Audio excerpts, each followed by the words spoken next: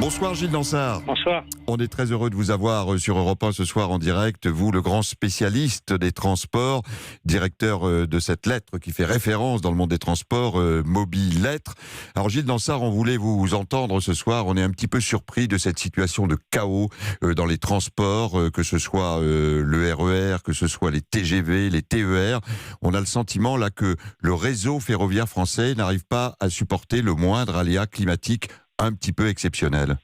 Plus que des incidents à répétition et très nombreux, c'est plutôt les conditions de gestion des voyageurs dans ces situations perturbées qui posent problème. Parce que un petit retard ou une petite panne en temps normal se gère assez facilement. Dès qu'il fait très chaud, ça prend des proportions très importantes. Donc il y a une caisse de résonance très importante et donc en temps de canicule, ça ne pardonne pas. Donc cette canicule révèle les faiblesses structurelles du réseau français et de l'exploitation ferroviaire, mais on ne peut pas dire que c'est absolument la catastrophe du point de vue des chiffres et du nombre d'incidents.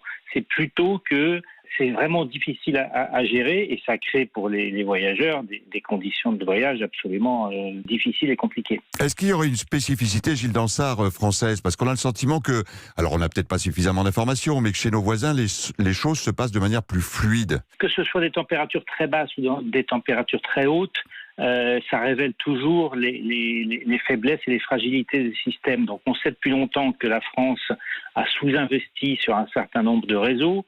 Les réseaux denses comme celui d'Île-de-France et les réseaux moins utilisés en zone rurale. Donc, c'est pas étonnant que on ait ces situations compliquées aujourd'hui. Ça ne peut s'améliorer que sur la durée. Donc, malgré les grandes déclarations et les promesses liées aux différentes réformes ferroviaires, tout ça ne s'améliorera que sur la durée. Et on ne peut que constater que les efforts ne sont pas à la hauteur des annonces, c'est-à-dire que les crédits promis n'arrivent pas forcément toujours. Donc vous voulez dire que ce sont des voies obsolètes, c'est un système de transport qui mériterait d'être... Parce qu'on parlait de la dilatation des rails, par exemple, et effectivement, on se dit, quand il fait autour de 45 degrés sur une voie ferroviaire, il n'y a peut-être pas grand-chose à faire. Vous nous dites quand même, vous, qu'il y aurait des investissements à faire qui n'ont pas été faits.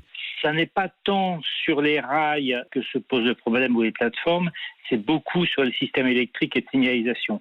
Ça fait des années que on a remis de l'argent effectivement sur l'infrastructure physique, celle qui se voit le plus, mais c'est plus aujourd'hui sur ces systèmes d'alimentation électrique que se concentrent les problèmes. D'ailleurs, il y a eu un incendie hier à Noisy qui a perturbé tout le RERD dans la région parisienne.